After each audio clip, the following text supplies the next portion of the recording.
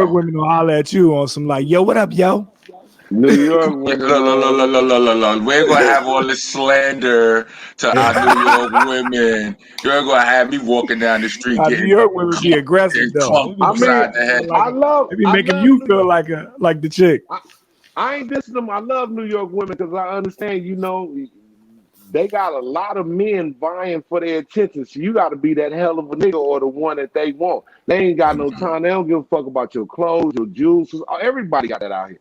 Yeah. You know what I'm saying? So you either got to be the one they want or you got to be that fucking dazzling. You know what I'm saying? Right. And shout out to New York. I'm just, you know what? I learned to lower my standards, man. I like that low hanging fruit. Man. You know, I'm going to Far Rockaway. I'm gonna go out there to Far Rockaway, man. Find me a nice homely chick that all she wants is a chopped cheese. You know what I'm saying? Smoke a couple joints. You know what I'm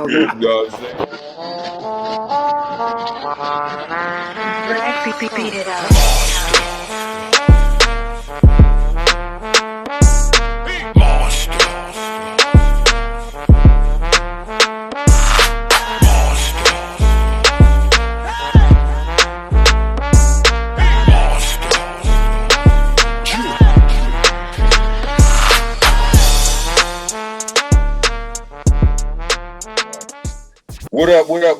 What up, y'all?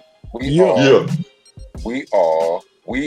fresh, chill, will fresh, very fresh. Nah, I'm actually Monster Man Rocco, the host of this beautiful show, Monsta Mondayz. My co-host, Starang won the main gun. I'm with my favorite DJ, y'all. DJ Rek, what's happening with it? What's going on, y'all? How y'all doing, bro? This is the Monsta Mondayz Podcast. Monsta Mondayz. We gotta sample that shit. We gotta sample that. You know what I'm saying? Yeah, we gotta turn it into something. You know what I'm saying? So how my brothers doing today? Doing great, man. Good. We'd like to say what's up to the peoples out there. You could be anywhere in the world, but you here with us. You know what I mean? We got a halfway decent show for you today. Nah, it's way more than halfway. You know? We don't do nothing. We try our best not to do nothing half-assed.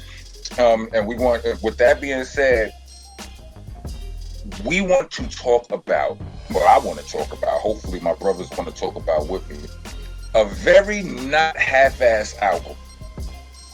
Very, very, very not half-assed. I want to say that that I've been actually kind of promoting here and there in between the segments and stuff before today, but I'm not gonna say nothing about that, though. You know what?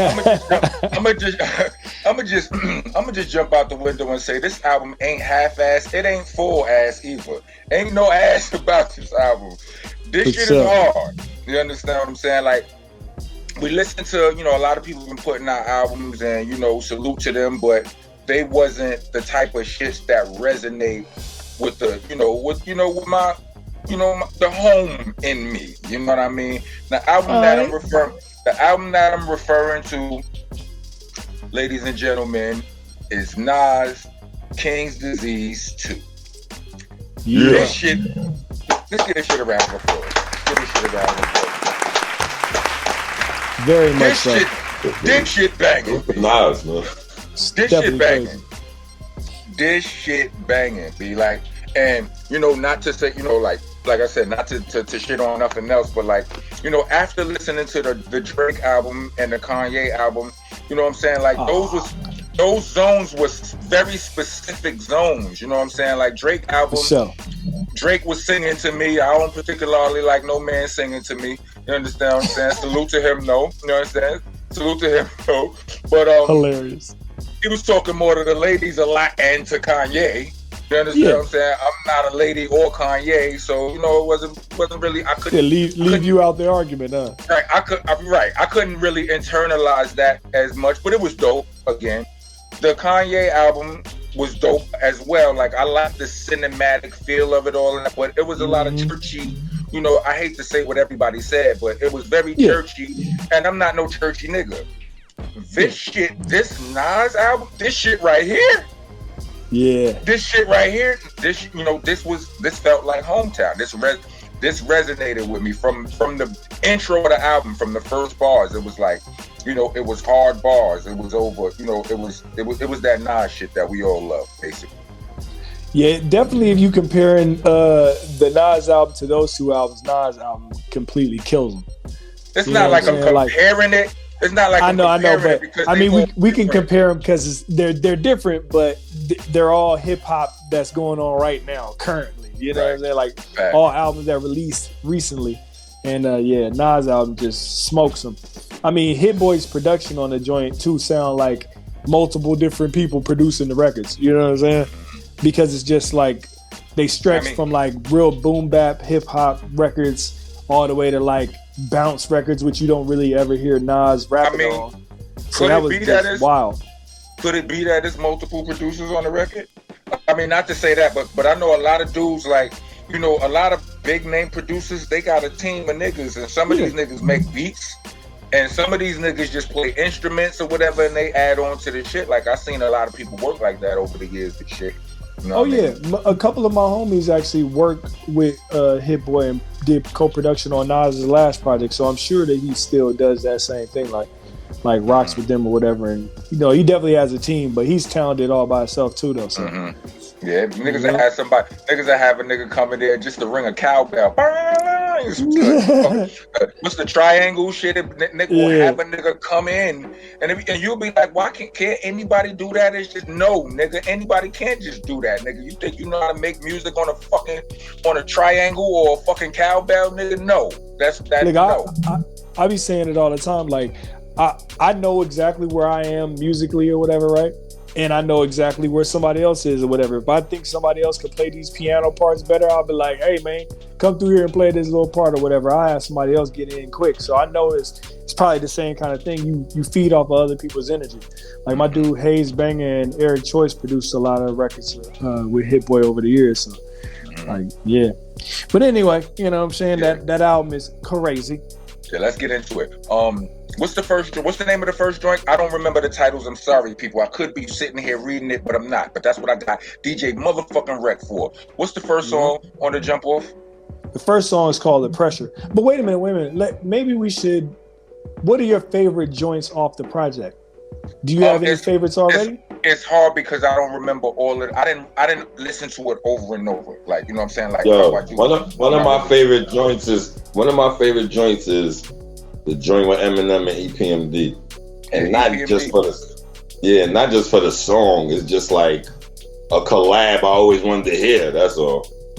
I always wanted to hear EPMD with Nas. I always wanted to hear EPMD with Nas, and I always wanted to hear Nas and Eminem on track. Not all together, because I didn't think that would work, but it actually worked. But it actually worked.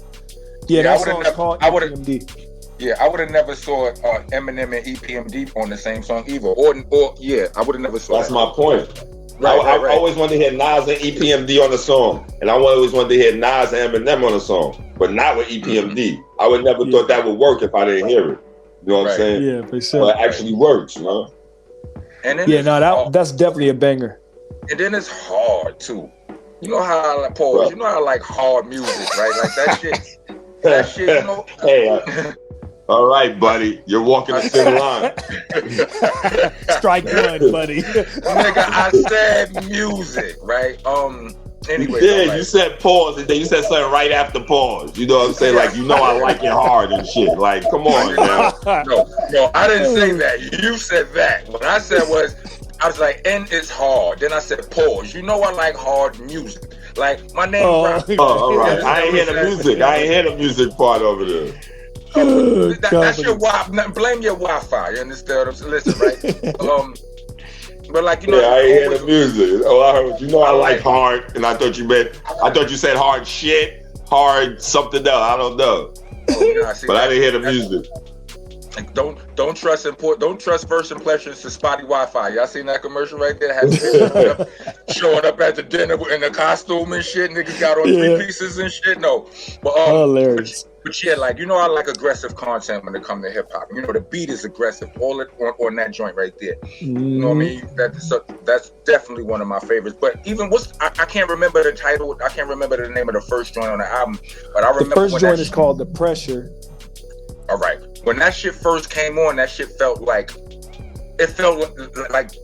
It was like, it was beautiful. Like it was just such a a shift from the last shit that I was listening to. It felt like it felt like the morning. You know, the good, like you wake up and you feel like it's a good ass morning and shit. You know what I'm saying?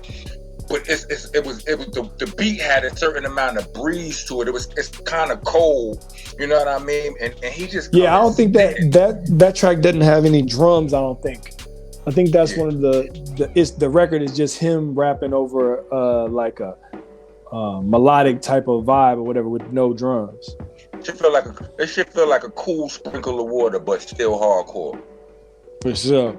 You know what I'm saying? Yeah. One of my favorite joints on the joint is the YKTV joint with A Boogie. I like that joint dope. Because on like out here on the West, for sure that would be a record that they would play in the club. You know what I'm saying? Like guaranteed club banger. You know what I'm saying? Like when I was playing it in the car, I played that joint over and over and over again. I'm listening to the whole album, but then when I got to that one, I got basically stuck. It just kept rewinding that joint. You know what I'm saying? Because the bottom end is banging. You know what I'm saying? Like that joint is crazy. The bottom end is banging. Death Row East is another one, and that's because it's based on a true story. So I like that too because of that. That was dope. I like true stories. About that. Yeah, me too. Or what else? I like the fact that some was. Let me say also that I didn't like. Well, I ain't gonna say I ain't like. I wasn't really fucking with King Disease 1, man. There was like 3 or 4 songs on it for me, and that was it. So the fact that I like this joint, King Disease 2, is like that shit is crazy. How from one joint to the other is just a total difference. I like a few of those joints though. No, I like the 4 joints on Ultra Black.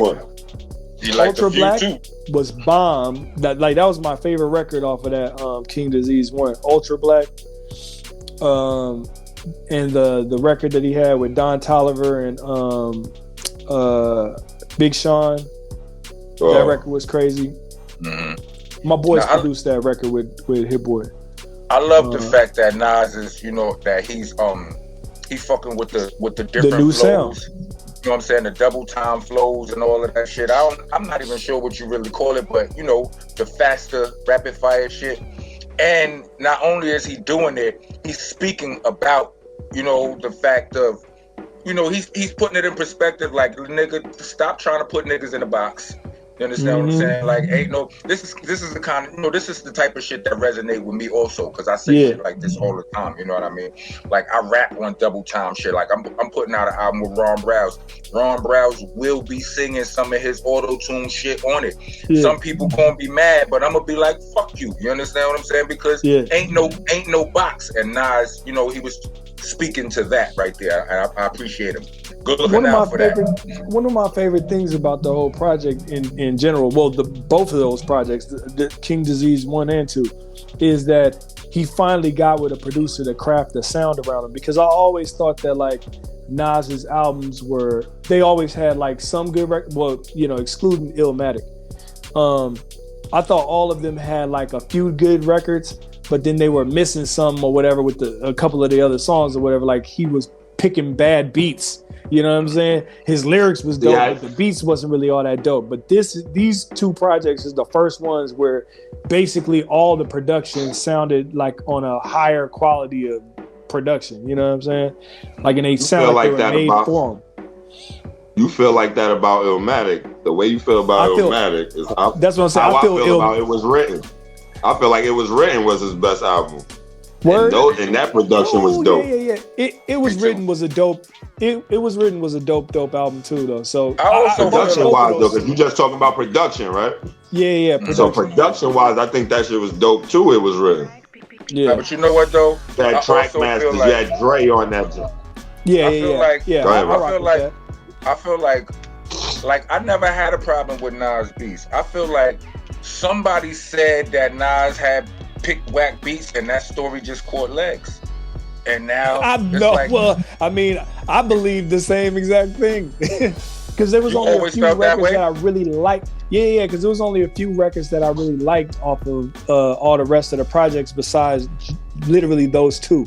Illmatic and It Was Written are my favorite 2 Nas albums or whatever. And then everything else, I kind of don't even remember the names of the albums.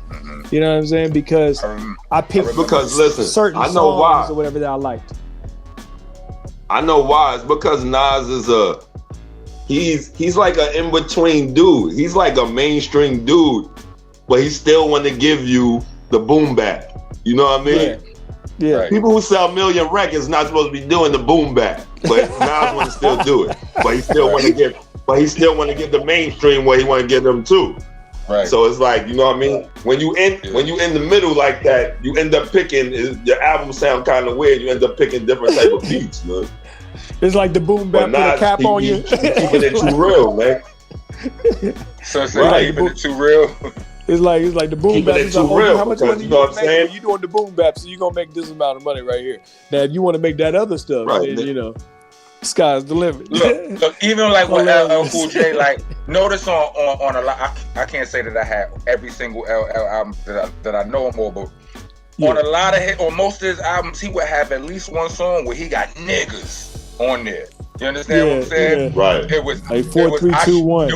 I shot you, shit like that. You understand? It's like he know he gonna be singing. I'm not singing, but he gonna be rapping to the ladies and all of that. Yeah. But you still need to do them commercial records, but he got to do a hard record for the niggas. Right. Back in the days, you had to do that though. Yeah. You had back in the days, you needed, like when we was coming in the game, when I was learning, when the top rappers was Kane and Rakim and so on, and EPMD and all of them, like you had to have. You know, you had to have they was all for the most part hardcore rappers, right? But they had to have a club record on there. They had to have a record to the ladies. They might have had to have a story rap on there. It was just standard operator procedure to show that you could do those things. Back in the days.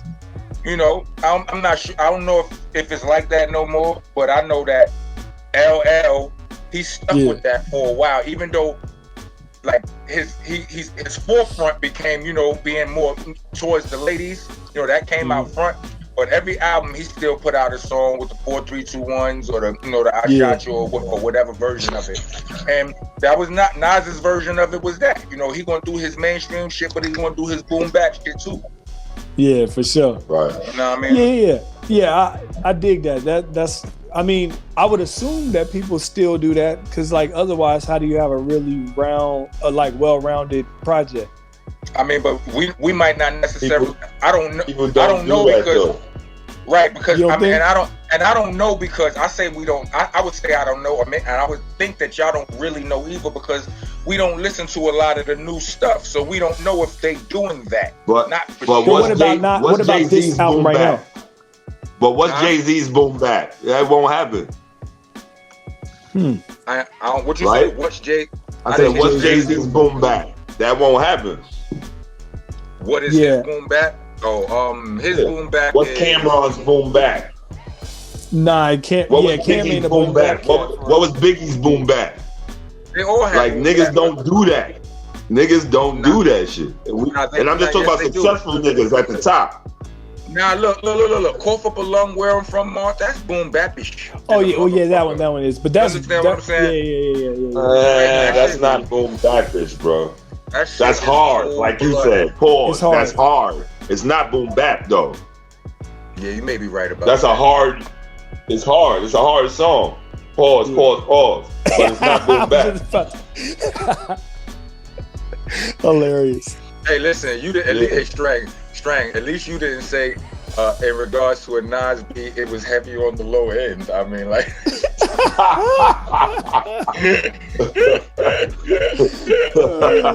Hilarious. I didn't even think about that. That one went over my head. I'm gonna say pause right now for my prior. I'm gonna pause myself for remembering it. I'm just. But yeah, man, a lot of people that's that successful, they not doing boom bap, man. Yeah. Well, you know what? I definitely got to say too that you could tell Nas like tried a bunch of different stuff that, like, because you know, in reality, like a lot of older rappers don't really be trying to fit into the new sound. You know what I'm saying? Right. That's one of the reasons why they kind of get stuck with either the fans that they had then still riding with them, or it's hard for them to like succeed pretty much because they don't know how to morph into the new sound or whatever and still rock. You know what I'm saying? Pun intended. He was able to like bounce around with all these new sounds or whatever and create a cohesive album with still being Nas. You know what I'm saying? Like, I never heard him really rapping on a bunch of bounce records before, but on this project, he has like probably 3 or 4 songs that I heard or whatever that he's like rapping double time on, and he actually sounds good doing it. You know what I mean? But they not necessarily bounce records though. They still serious. They're the bounce. Yeah. They're not like club bounce. They're like bounce, like as in the tempo and the type of tempo. Type of. And another thing drums. Is like, listen, we like this joint. Mm-hmm. A lot of people won't. You know what I mean? Like we were just talking about Drake and Kanye. Yeah. Drake is killing Kanye in the sales. But if you compare Kanye sales to Nas sales to this King Disease 2, it's a landslide. You know what I'm saying? Right. Nas is not gonna get the sales he used to get. Like he's not seen like that no more. Only to us. You think? Look at the sales. Look at the sales. Only seeing half of your face. Strange. Only seeing half of your face. Yeah, look at the sales, bro. It's like Nas is not being that 300,000, 400,000 the first week like he used to. Yeah. That's not happening for Nas no more, man. Let me see. So, damn. Nas King Disease 2 only sold 56,000 total album sales within the first week. Of course, we'll look at what'd you say, Kanye's joint? Who put Nas' album out? So 300, and Drake sold 600 the first week. Yeah. What album is what label was Nas on? He's on Sony. Mass Appeal is his own label, so it's distributed through. But it's still distributed by something. Yeah, I think it is Sony. Still distributed by what? Sony. But that's not the point I was trying to make. I didn't make that point to kill Nas. I made it to say, like, it's his love for the music, man. He still got love for the fucking music, man. Nas is still having fun. Yeah. Nas has been successful. You know what I'm saying? He doing this for us. He doing it for like, yo, I'm gonna do this music for the people. Like, Nas is not worried about, you know what I mean? I mean, if that happens, I'm pretty sure he'd be happy if he sold 1 million records or that, but I don't think Nas is worried about that. Yeah. That's the point I'm trying to make. Like, the wildest thing is, though, even with his lower album sales, though, this is one of the most successful time periods for him. And that's the point I'm trying to make. I like this album with the lower sales better than the Kanye and the Drake with the big sales. You know what I mean? Exactly. That's the point I'm trying to make. Because I think they sold a lot of records off of hype more than anything. But then, because we all those guys, it's not hype. Those guys are really famous, and they nice too. I ain't gonna lie, but they really famous, man. Understand too, the hype is part of the work. You know, that's part. That's part of the promotion. That's part of the job, is building the hype and all of that. And that's the only reason why I asked what label Nas put his out on. Because the next question will be is, what label is Drake on and what label is Ye on? You know what I'm saying? And who? Because we can't get caught up in shit that we already know better than. We know that we already know better, nigga. Like, you know what I'm saying? Marketing and promotion is what sells records.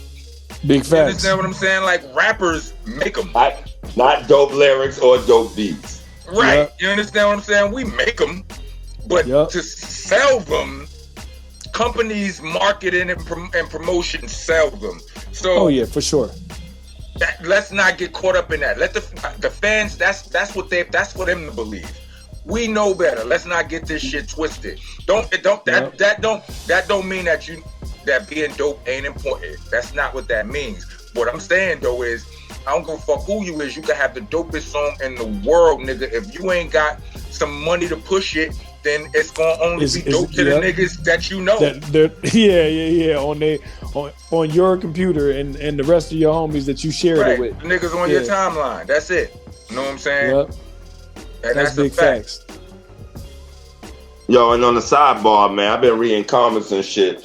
whoever worry about me yawning and shit, don't be worrying about me yawning all the time and shit. I do shit, nigga. All right? I do shit.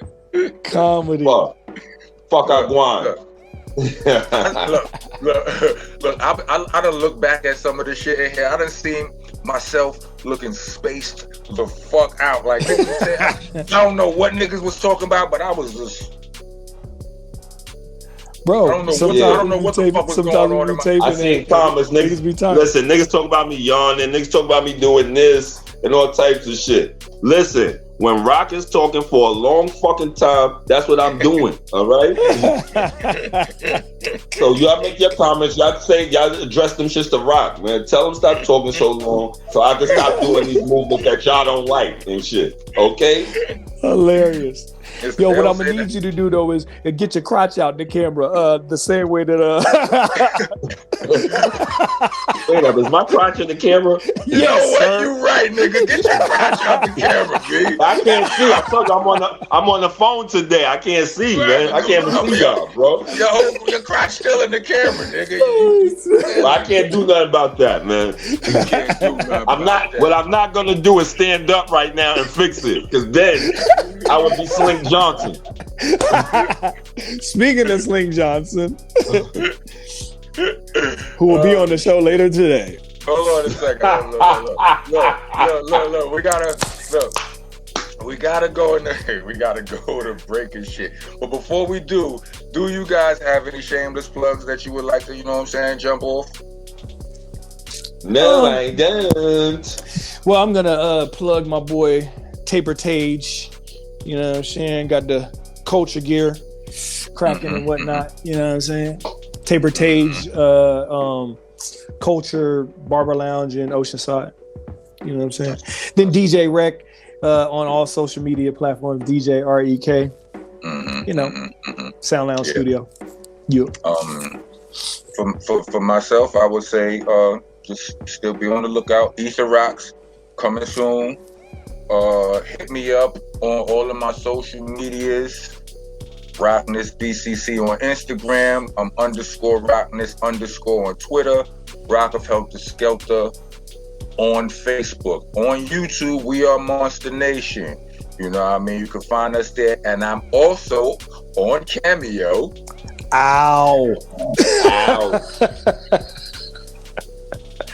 Right on cue. You understand right. what I'm saying? And you can hit me up there, you know what I'm saying? Send me your requests and all that, and I'll hook y'all up, you know what I'm saying, with a monster shout out. You know what I mean? I'll quit your job for you if you want. You know what I'm saying? Like I'll quit your relationship for you. Yo, he don't want to be in this. He don't want to be in this joint no more. Like yo, she ain't fucking. Like, hey yo, she ain't fucking with you no more, bro. You out of here. She ain't never coming home no more.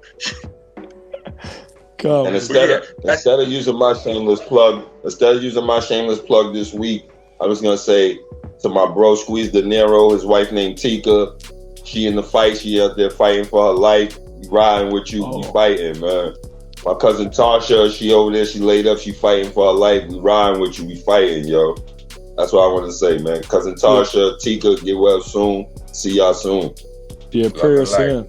Love and light. Real talk. Damn, you made it all serious and shit. We gotta take a break. I'm sorry. No disrespect though. Right. That's heavy. You know what I mean? I'm the Rockness Monster, and I'm here to let you know that I'm on Cameo now. Are you familiar with Cameo? It's a website where you can reach out to some of your favorite celebrities and have them send you shout-outs, personalized, birthday wishes, wedding congratulations. You can even have them quit your job for you. And now I'm there. You can use the Cameo app, or you can go on Cameo.com or the Cameo website. Find me there and make your requests. We also have special requests for business. You know, if you want your mixtape dropped on or your album any promotional things. Special pricing for that. See us there. Rockness Monster on Cameo. Rock on. Welcome back. We're back. Yeah. We're about to as promised, we about to get into into our special guest pause. You know, special You know, he's from your side of town, kind of, Rek. You know what I mean? But he down with the six footers club, and he's a funny motherfucker, and he's a real one, and he goes by the name of Slink Johnson. Make some noise. Yeah. Yeah. What's going on, sir? Yeah. What's happening, pimps? What's happening, pimps? What What it look like? Oh shit, man. What's the word, brother?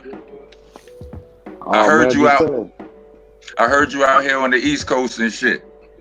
Oh yeah, man. I'm hanging out in the Lower East Side right now, having a great time. I discovered something. I've been to New York a bunch of times, but I discovered something this time that I never discovered before, and that's the chopped cheese. So I've been enjoying the shit out some chopped cheese sandwiches. The motherfuckers is outstanding. What is that? Yo, I was about to ask, what the fuck is that? I don't even eat that chopped cheese. Chopped cheese sandwich. Oh man, that shit basically like a hamburger, but they just chop up onions and cheese and shit with it, and it's served kind of like a hamburger. It kind of gives like sloppy Joe vibes. Oh, all right. I heard it was a New York thing though, man. I heard, you know what I'm saying? I guess not for everybody. Nah. I don't eat meat, so you know what I mean. Oh, okay. But on some real shit, it is a big New York thing. We just don't do it in our hood. It's not a Brownsville thing. Like I hear about that shit in Harlem. I hear about it in the Bronx. Them niggas talk about it a lot. A chopped cheese and it's a thing up there. You know what I mean? But yeah, we out here murdering them motherfuckers. What'd you say? I've been murdering them motherfuckers. Yo, they legendary. Real talk, they legendary. But we met recently at the I stumbled into this listening party for the Horsemen, Raz, Cass, Corrupt, and Killer Crease and Cannabis and all that. And I'm in there and I see this nigga Slink in there. I'm like, I know this nigga, right? Like I know Slink from his Black Jesus work, right? But I really got more in tune with him during the pandemic. Like this nigga makes some of the funniest videos. It's a bunch of these motherfuckers, right? Like a gang of these motherfuckers, and they got skits upon skits upon skits upon skits. And the shit had me about to start doing skits. I was inspired in the motherfucker. I'm like, yo, these niggas is in their crib on the block, in a dark room with like this shit ain't no big. These niggas is making it the fuck happen. What inspired y'all to do that, bro? Oh, I've been doing it, Rock, for like I did my first film work in like '93, and I've just been doing it based on the fact of my personality. I always been a class clown, a fucking idiot. You know what I mean? So I met a friend that was a filmmaker. And he was a young student filmmaker. He liked my personality. He said, "Man, let's do some shit." We started shooting films and stuff.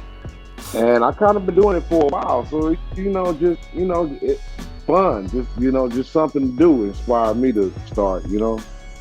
That's it. Them shits is funny.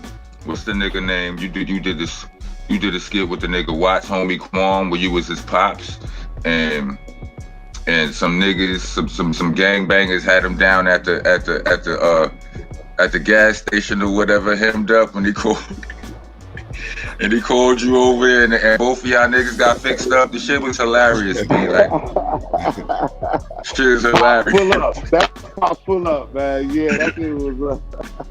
Shit was hilarious, B. Real talk. Hey, man, I wanted to do that one, man, because I want to do more comedy. Now as a father, you know what I'm saying? I want to be able to poke fun at fatherhood as a black father. A lot of times we think it as absentee, and if we not absentee, there's some type of ill dysfunction going on with us. And I just wanted to put a light on the cool dads, the black dads, right. Right. Niggas that know what's happening, what I'm saying? But, right. They love their kids, and we know what's happening too. So, again, I'm at that point in my life where I want to explore those type of roles and things of that nature. That's ill. I've been seeing you promote some things lately. You got some shit going on, and that had me saying to myself, next time I come to LA, I definitely want to get involved. What do you? I'm not sure. I can't remember what it is. But what you got some? That's it. Would you say it again? Pimps and kinfolks. Yeah, pimps and kinfolk. What's that about? Talk about that. Is late night talk show, man. I'm bringing late night talk show back, a la Arsenio Hall, a la goddamn it, Dave Chappelle, comedy, sketches, guests, music. We've been having some amazing shows. Our last show we had, goddamn it, Corrupt and Razzcast. They came through and blessed the stage and really killed it. That's what's up. You know, we interview guests. We have Mr. Marcus come through. We play games. We talk shit. And I got the only late night talk show in studio, live, real show with a live audience, and we smoking and drinking, man. Every episode, man. We have a great time. That's dope. Yeah, that's my kind of party. Hell yeah. Word up. Where can people watch that at? Well, right now it's on Twitch, man. We do it on Twitch every third Wednesday of the month. But you know, that's just like a little soft launch, because right now, you know, we're in the process of still putting it together. We're kind of sharing it with people along the way, but we're putting it together, and we got a couple of streaming platforms that have been expressing real interest in it. So, you know, we're trying to see what happens. All right. Hell yeah. All right, I'm gonna ask you a question. I stumbled across some information. You used to be a rapper? I'm still a rapper, Rock. You know we never stop rapping. But yeah. All right, that's what's up. Yeah, man. I was a rapper. Well, I rapped under the name Slink Capone. Slink Capone Paul. All right. Slink Capone. I signed Too Short for a few years. Got a chance to tour the country with him a couple times. Did a few records. Got a chance to enjoy some of the journey of a rapper's life. Man, it was dope. You know. That's what's up. I feel like I heard Slink Capone along my travels. Like I heard the name Slink Capone. I was saying. So right now the show is on Twitch, but you got some interest from some other companies where, you know, you might be able to take it to the next level and shit. Absolutely. I'm looking forward to it. You know, we're trying to just be making great products, great content, man. You know, spotlighting urban culture, spotlighting our culture, pimps and kinfolk about pimps and kinfolk. And we got kinfolk all over the country, you know what I'm saying, all over the world. You know, all y'all kinfolk for me, you know, one way or the other, you know. I was just about to say that. I would like to be a guest on the show. You know, I would like be in the audience, sit on the stage. I don't know. I don't care, man. I just got to be there. I would like to have you. And the beautiful thing about Pimps and Kinfolk is just being there, everybody is a guest. Like, I have cameras in the audience. I have cameras devoted to the audience, too, you know, capturing the moments from, you know, all my Pimps and Kinfolks in the audience, you know, enjoying their time. Hell, right. You never know. You might come in to see the show and be saying some shit, because I address everybody. I might be on stage going right through my bit and pass the blunt to a nigga halfway to the back of the room or something. Like, what's up, my nigga? You know what I'm saying? I speak to people. I might not speak to everybody individually, but when I see you in there, I'll be like, hey, Starang, I see you. What's up, boy? My nigga Starang's back there. What's happening? What is it? Shit interactive. You know, we're gonna always break bread, you know, so everybody's a guest. Everybody's on camera and Pimps and Kinfolk. You know what I'm saying? Right. Shit is interactive. I don't know what you to the ass, but I will tell you, I am the master of the West African monkey spank technique. You know what I'm talking about? Five-time wild cheetah submission hold champion, five-time WW champion. You know what I'm saying? I've done a lot of things in my life. You know what I'm saying? A lot of accolades, a lot of accomplishments that often go unsung. You know what I'm talking about? I'm the finger bang champ of 1997. You know what I'm talking about? Damn, that's an accolade for sure. You got a lot of medals, bro. You got a lot of medals, man. A lot of trophies. Absolutely. You know what I'm saying? I've been doing a lot of shit, you know what I'm saying, underground, you know, just trying to, I do it for the culture. One day, you know, maybe 200-300 years from now, they'll dig it all up and see how great I am and make the carving of my head on top of the motherfucking greatest building on the earth one day. And you get that statue, man. Yeah. Yo, you know what I did really start checking you out on too was the Man Cave. We was on that joint. homie Co-Sign up on there. Yeah, Co-Sign them, Jeff, Tank, and my partners, man. Yeah, good dudes right there, man. Yeah, y'all had a nice little run with that joint. I think so too, brother. I remember I remember. It was, what I said was the fact that when I used to be on all of those long trips that I used to be on the West Coast, that I used to be up in the Bay Area too, but just mostly, in the LA or whatever. Like, I might have heard Slink Capone, nigga. Like that shit sound way too familiar to me. Like fucking around in the Bay Area, Too Short and them niggas or whatever. That's possible. You was on one of his albums? I was on a few of his albums. Yeah, you probably heard somewhere in between. Wasn't really tripping with him, but like a few of them posse cuts and shit. I did a few of them with him. I did a few duets. Me and Short. A couple of them. You know what I'm saying? A little bit here and there. You plan on putting out any albums, solo projects? You know what? I like to rap when it move me. That's kind of like, I'm sure, you can relate a little bit, man. As rappers and artists, shit don't move on our timeline like we want it to all the time. You know what I'm saying? Yeah. And I expected to be at a certain point in my career and it didn't happen. That shit kind of bummed me out, the business of it. I kind of laid it down for a while because I was bummed out. You know what I'm saying? I was at the point where I didn't know what I was going to do with my life. And acting wasn't nothing that was in the forefront, like, oh, I'm going to be an actor. It's like, nigga, I just do that shit because I be clowning with the homies and then be cool, you know what I'm saying? But, again, God got a way of making you see what it is. Like I say, man, Black Jesus, he blessed me with that, man. He damn near put that in my lap. He blessed me with that. And I mentioned Black Jesus because it was at that point where I realized, like, damn, this shit is for real. And I hate I'm so dumb. But, nigga, I'm watching myself on TV like this shit is for real. Yeah. And then I started taking more, that's why I feel like I'm still kind of late in doing shit because, I'm kind of taking more stuff, like really taking it serious, taking auditions and trying to, stretch myself in regards to, my range and as far as being an actor, Who was actually the one that helped you with that? Wait up, Rek. Let me ask something real quick. Since we talk about since we talk about Black Jesus, yo, I was about to ask him. Ask him the same shit. Yo, all right. Me and Rock was having a debate about Black Jesus, and we was wondering if you could see it, a Black Jesus and a white Jesus on a gold chain. If you could tell the difference between a Black Jesus piece and a white Jesus piece on a chain. It depends on who did the piece. Now, motherfucker do the piece right, you can damn might tell. But let me tell you the rest, right? Because Rock said a lot of rappers is rocking white Jesus on their thing. And I'm like, but wait up. I'm like, what about niggas like Nas who's supposed to be woke and shit like that? You don't think they rocking Black Jesus, man? Like, well, what I said was Rock said no. Rock said no too. I said no. I said I think Nas has worn the white. Right. But I think it's this. Look, I'm not sure if Nas has ever wore Jesus piece. But if he did, I think it's safe to assume he had a white Jesus piece, bro.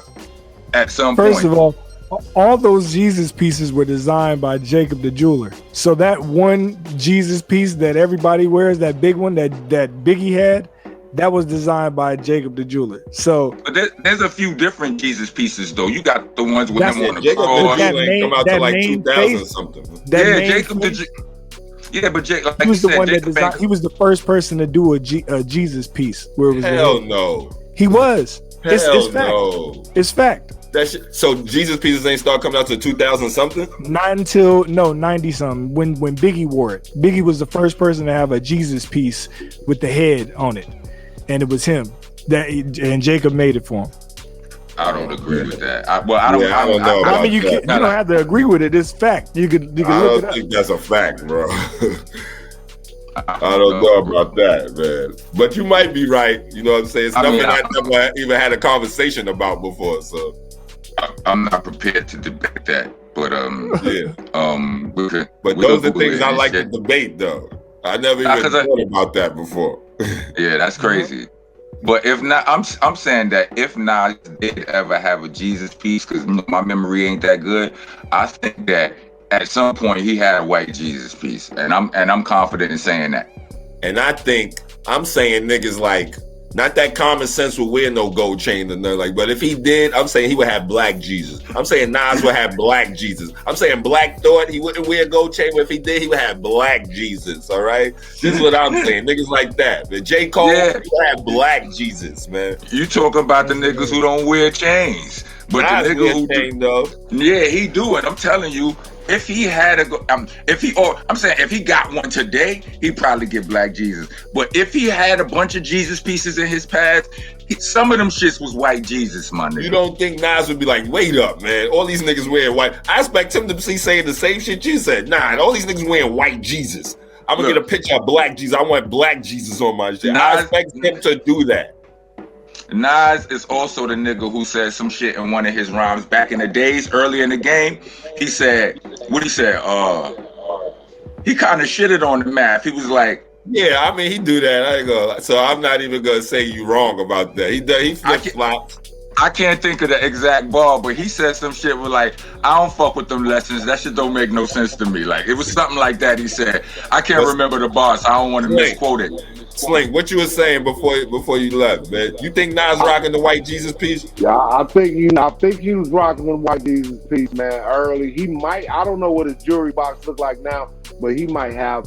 Like, it's rare when I see black Jesus pieces. I'm like, damn, it's in the features. And again, everybody got the Caucasoid snowflake Jesus on. I can tell all the time, man.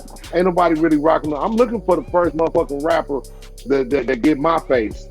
Or get the image, the Jesus image. That's actually brilliant. You know what I'm saying? Word, right? Listen, we're gonna have this game. Listen, that's brilliant. We're gonna have this shit where we do like 3-card Marley, and we're gonna have 4 Jesus pieces, and one of them gonna be the black Jesus piece. And I bet you y'all niggas don't pick it out, man. I'm gonna know a black Jesus from a white Jesus piece. Trust me, son. The motherfucker, the white Jesus hair be all straight and shit. Nah, son, like that's the best. But we talk about on the chain. It's gonna be on the gold chain. That's what I'm saying, Starang. It depends on the motherfucker who make it. Now, if you talk about that one, motherfucker probably can paint it black and make a motherfucker feel like, oh yeah. Black talking about the motherfucker that make it with the features, with the lips. You see this nigga lips. You see the curls. I'm talking about the black Jesus picture. He gonna make it just like the black Jesus picture is. Okay, that's how I want it. Yeah, let me see it like that one. But would you be able to recognize it on the gold chain amongst the white Jesus? Hell yeah. Yeah, nigga. Hell that yeah. Nigga, you see Black Jesus? When was the last time you seen that nigga's beautiful? But I'm trying to picture it on the gold chain because I swear I think that somebody had to come up with wearing a black Jesus on the chain. I can't believe that nobody never came up with that before. I've seen Google images. Don't get me wrong. I've seen images before. I can't point to nobody in particular, but I've seen a few black Jesus chains. Probably not no famous rappers. I can't tell you where I saw them at, but I've seen a couple of pendants. And they're not necessarily my image, but you know what I'm saying, of a black man as Jesus. I've seen a couple of them, but not no famous rappers. Right. Like a couple of niggas, I think Kanye had a pharaoh, or was it Nas that had the pharaoh? One of them niggas had a big ass pharaoh head on their chain. Yeah, they had a pharaoh, yeah. But I ain't seen black Jesus, bro. And I just can't believe that none of these guys, even Kanye, I can see him getting a fucking black Jesus piece. Why would they wear a white Jesus piece? Kanye might have a black Jesus piece. On his Yeezus shit. He might have one. That's interesting though, man. No, Kanye would just get a picture of himself and call him Black Jesus. You know? Would it be gaudy or if I got one? You know what I'm saying? Would it be fucked up? Would it be gaudy? Or nigga. Nah. Hell, it would have to be though, because you tall as hell. So it has to be big enough to you get a little baby Rick Ross piece and you 6 foot something. Look, Rick Ross came out off the rip with a piece with a big ass piece with his own face, and I thought that shit was hard. And he wasn't even on no Jesus shit. Like that shit that shit looked just like him. I felt like it was a win. I'm with that shit. Word up. That was dope. How did the whole Black Jesus idea for the show come about? Man, I can't tell you how it came about. I just know how it came to me, and it came from Aaron Magruder himself. You know, through our workings. You know, I had done a couple of sketches with him through a friend of mine, that was right for him. That's actually the friend that got me started doing film in the first place, Jason Van Vink. Aaron kind of took a liking to me, you know, through the sketches I was doing and shit with him. And he approached me one day. He said, "Hey man, I got an idea for, I got a concept for some material, man, called Black Jesus. How would you like to do some?" You know, I'm like, hell yeah. And at that time, it was no script or nothing on paper. And then I guess it was something he had been kind of throwing around in his mind. And you know, we kind of, you know, when I got a chance to work with him, he got a chance to check me out a little bit. He probably felt like, damn, he saw what he saw in that character in me. And I'm thankful for that. And that's what I mean, like, shit just kind of fell in my lap, bro. It wasn't no audition or nothing. There wasn't no, you know, it was divine. It was the God's divine work, but it wasn't like nothing that I had consciously, you know, it kind of came to fruition, man, and I'm thankful for it. Yo, so look, a lot of those skits or whatever and things you did in the show, to black folks, we thought this shit was hilarious because we could relate. Do you think that the show got backlash with people that wasn't black?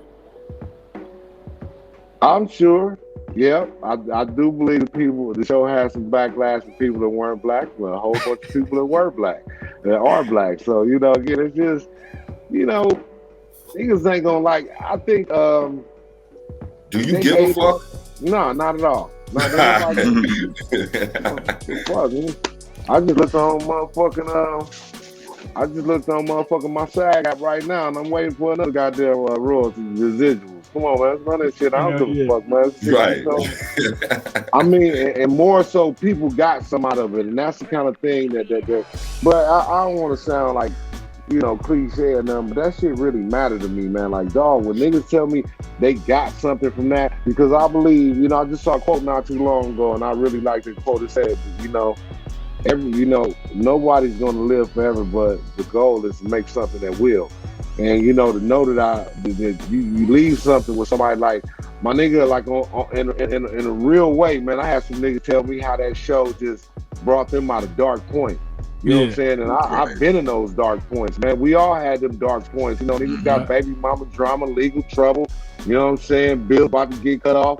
All kinds of shit. Dysfunctional relationships at home and shit. Don't know what's going to happen tomorrow. It's all types of dark moments niggas have. And I've had them myself. And when niggas tell me that, like, yo, man, that shit, if it wasn't your show, I've literally heard that, bro. And that shit give me goosebumps. I got goosebumps right now to think that shit is powerful, man. That shit is powerful, man. And, you know, I appreciate the love, man. Real shit.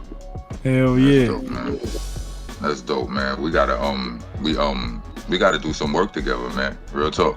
Like, we got to, man. I was just gonna say that. I got an idea. You'll fit perfect in it. Word up. I ain't gonna say it on air. I want nobody steal my shit. I'm telling you, yo.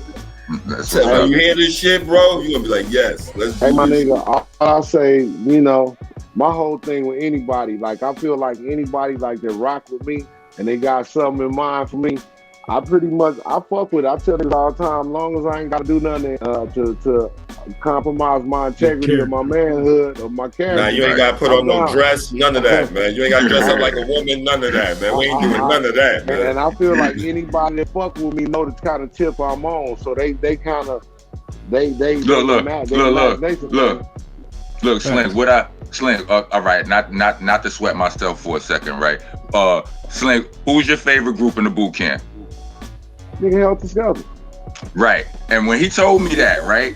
When Slink told me that, I said, I already know what kind of nigga you is. Cause it's a certain kind of nigga who favorite group in boot camp is Helter Skelter. That's saying a lot. The Helter Skelter message is clear. Come at me sideways, I'm gonna knock your fucking head off. You understand what I'm saying? Respectfully. You understand what I'm saying? Now, we have all of these lyricists in boot camp, like, you know, Check It Still, Buckshot, OGC, like yourself, super dope. You know what I'm saying? But just the Helter Skelter energy, a certain type of nigga gravitates to that energy. So I already knew, and trust and believe, we know that. We'll never have you in no compromise and no nothing. I don't know what string idea is now. I was trying to come up with one, you know, while I'm speaking. I'm like, we got to do something, but we wouldn't do that. He wouldn't do that. You understand? We fuck with you, and we fuck with real niggas. You know what I'm saying? I fuck with that. I fuck with real niggas and that real shit too. You know, it be tickle me sometimes, motherfuckers. You know, I don't consider myself famous at all. I do consider, I understand now I'm no longer anonymous, but motherfuckers be coming to me like I'm famous and shit. They're like, what you doing over here, nigga? No, son. You gonna give me a chopped cheese, nigga? What's that? Give me a chopped cheese, nigga. I fuck with that real shit. Don't get me wrong. I want the money and the cloud and the goddamn privilege that come with that shit, man. But I really enjoy real nigga energy too, because it's something that's never ending. And I always say when Hollywood chew you up and spit you out, the music industry chew you up and spit you out, and they done with you, you better be mindful of the way you treat it. And yeah, you're gonna be right back. So you better be mindful of the way you treat the hood. Let me ask you a question real quick, right? Do you think if you was that famous, you had millions of dollars, you know, to the point where you couldn't go nowhere and you couldn't go get a chopped cheese and all that shit and be regular, would you think you would still be regular though? You still be in those places, still talking to these people? Of course not. However, I think it's ways to do shit. You know what I'm saying? You know, of course not. I mean, at that point, I can understand a nigga like Kevin Hart. He can't go in there and get a chopped cheese again, even if he wanted to, not out of fear of safety, but it's just like, goddamn, I can't talk to all you motherfuckers right now. Right, you know, right. I'm not at that point. But if I was at that point, then so be it. And when I do feel like fucking with niggas, the thing about the hood, when you do feel like fucking with, come through bearing gifts. Yeah. Come through, you know what I'm saying? We chop cheeses for the whole block. I'm just about to say, chop cheese for everybody. I tell you this, bro. I tell you this though, bro. Like, and this real talk. Like, as a rapper who lives in the underground, like we used to see certain shit. You know what I'm saying? So when I went to the Horseman listening party, I was expecting to see certain shit. You know what I'm saying? It was, you know, all of the regular underground shit you see. It's usually a sausage fest, no chicks there. You know what I mean? a bunch of niggas, a bunch of rappers there listening to the rap. You understand? Yeah. But seeing you there made it different, son. I promise, because now it's acting niggas in here too. You understand what I'm saying? You might not see yourself as, you know, that, but you that, because I saw that. You understand what I'm saying? And that's crazy because I see myself as a rapper, and I've seen a lot of rappers in there as food, nigga. My man. The word, son. Tell Rock how you seen him as too. He was part of the food. Don't stop, Slink. Don't stop, Slink. I admitted on camera, I fanboyed out when I seen this thing. And I realized, like, yo, I fanboyed out, man. I ain't gonna lie. I told him about it. But I did. My cousin loved it. I did first though. I seen him and I ran up on him. He was sitting down. I'm like, yo, what up? He didn't even know who I was until I told him and shit. Like, I'm like, yo, I had to look. I didn't think you were that tall either. Once I looked at you, I remember you had the dreads and shit. I was younger. Right. I looked at you. I'm like, oh shit, my nigga, the Rockness Monster. That's it. And rest in peace, Sean Price, man. Rest in peace. Yes, real talk. I tell you, that was the highlight. I mean, like, for real, to watch a nigga to have been watching y'all videos all throughout the pandemic, like, in my mind, you know what I'm saying? Like, that shit was different to just bump into you like that. I'm like, this is the LA. This is the LA shit I be talking about. The land of opportunities. Like, just dope shit just be happening by mistake and shit. That's why I love LA. And I be feeling the same way again, running into rappers again, like that's like yourself, that I admire, that I listen to. You know what I'm saying? Again, there's opportunities for me too. I'm sitting here, nigga. I'm fucking with Rock right now in the boot camp. Play DJ Rek, motherfucking Starang, nigga. I'm in New York, bitch, eating chopped cheese and shit on the top floor and shit, bitch. Over here, you know, just smoking $18 Newports, bitch. I'm on. You said I made it. I gotta find something you could get into before, you know, we could get into before you leave and shit. You know what I mean? Let's get this shit. Yeah, when you leaving? I'm like Wednesday. Well, say Tuesday. So I got Monday and Tuesday after 6. You can fuck around. All right. Yeah, because there's mad shit going on. I only fuck with certain shit because I ain't fucking around with that vaccine shit. But it's shit going on that I could, whatever is fucking around, then I find us something to get into. That's same with me, man, at the house. Even throughout the whole quarantine, it's like I don't feel like, of course I felt the effect of, the lockdown, but I was still moving, my nigga. Real niggas, we know where to go, man. I still, found some cool spots, had some cool times in the quarantine.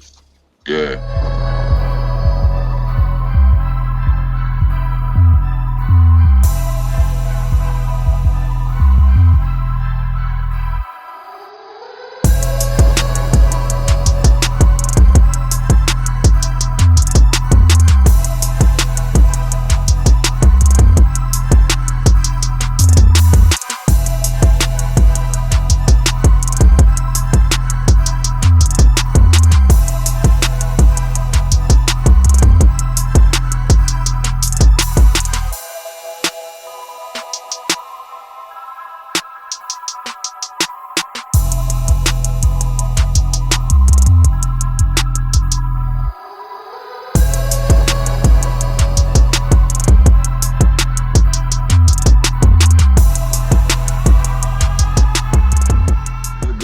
I'm appreciating this. I'm with what's the word?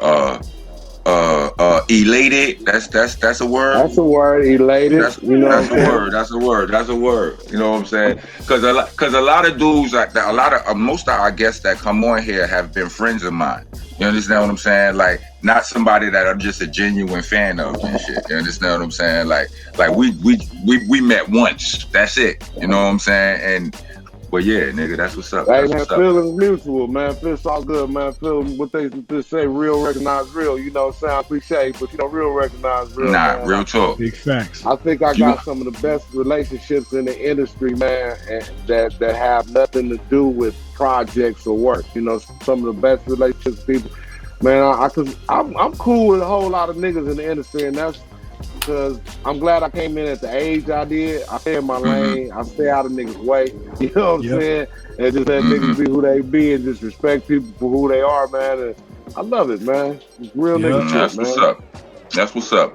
That's what's up, man. We appreciate appreciate you taking your time, because I know if you in New York, this shit move fast for a nigga who not from New York and shit. I know you probably got 10 engagements going on and shit. So we going anything nigga, you want. You niggas in New York don't stop. It's like, man, the sense of urgency in New York is like, LA is laid back. We be chilling compared to y'all. Especially you niggas is intense. You hoes don't talk to niggas. The hoes be like, God damn. I figured out how to talk to New York bitches now, though. I figured out. Because you can't talk to a New York bitch like, hey, how you doing, sweetheart? She's just going to walk right past you. She's not going to pay attention to you at all. You got to say, hey, what's happening, bitch? You know what I'm saying? Look, as soon as she turn around, as soon as she goes, who the fuck you talking to? Who you calling the bitch? You supposed to be like, I'm talking about that bitch right there, but I always like meeting a nice young lady. What's happening?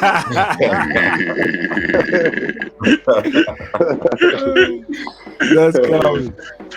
My New York women will holler at you on some like, yo, what up, yo? New York women. Look. We ain't gonna have all this slander to our New York women. You ain't gonna have me walking down the street. New York women be aggressive though. I love. They be making you feel like the chick. I ain't dissing them. I love New York women because I understand. They got a lot of men vying for their attention. So you got to be that hell of a nigga or the one that they want. They ain't got no time. They don't give a fuck about your clothes, your jewels. Everybody got that out here. Yeah. You know what I'm saying? So you either got to be the one they want or you got to be that fucking dazzle. You know what I'm saying? Right. Shout out to New York. I'm just, you know what? I learned to lower my standards, man. I like that low-hanging fruit. I'm going to Far Rockaway. I'm going to go out there to Far Rockaway, man, find me a nice homely chick and all she wants is a chopped cheese. You know what I'm saying? Smoke a couple of joints. You know what I'm saying? Chopped cheese on phone bill pay. That's what I'm saying. Funny. Listen, man. Listen. Some Wi-Fi. You got Wi-Fi. You in there, baby. Listen, shout out to the Far Rockaway. Shout out to Far Rockaway and all the lovely ladies in Far Rockaway too, and the low hanging fruit out there. So I mean, it exists. We know. Shout out to them. You know the bitches with the lowest self-esteem. The bitch self-esteem is like below the basement. I need that. Make her feel like she's the sweetest. You know what I'm saying? You can change the bitch life with a chopped cheese and a nice conversation. You know what I'm saying? Listen. Call her by her name, man. The bitch might fuck around love forever. Listen, I will admit that one night in the strip. I will admit that one night in the strip club, about 34 properly placed singles changed my entire life. I will admit that. You understand what I'm saying? You know what I'm saying? Properly placed. Right. You understand what I'm saying? Slink, let them know where to find you at. You know what I'm saying? All of the shit, what you got going on. Oh, man. Most importantly, man, anytime you want to catch up with Slink Johnson, you want to get to me, you know what I'm saying? You want to contact me, man. The best place to contact me is at CashApp. $ Slink Johnson on CashApp. You can hear me right there, and I'm gonna see it, and I'm gonna respond with a heart immediately. $ Slink Johnson on CashApp. I heard that. I can dig Venmo that. at Slink Johnson. Venmo. Goddamn it, Zelle. Book Slink Johnson at gmail.com on Zelle. And all your social networks is Slink Johnson. All of them. TikTok, Twitter, Instagram. Goddamn it, what's the other one? Fan base. All of them, man. Holla at me. Facebook. Dope. That's what it is. That's that. I might have to adopt that right there. Thank you. That's the dopest shit I ever heard in my life. Word of mama. Yeah, I like that. Say that other shit. He say that other shit last. That's genius, my nigga.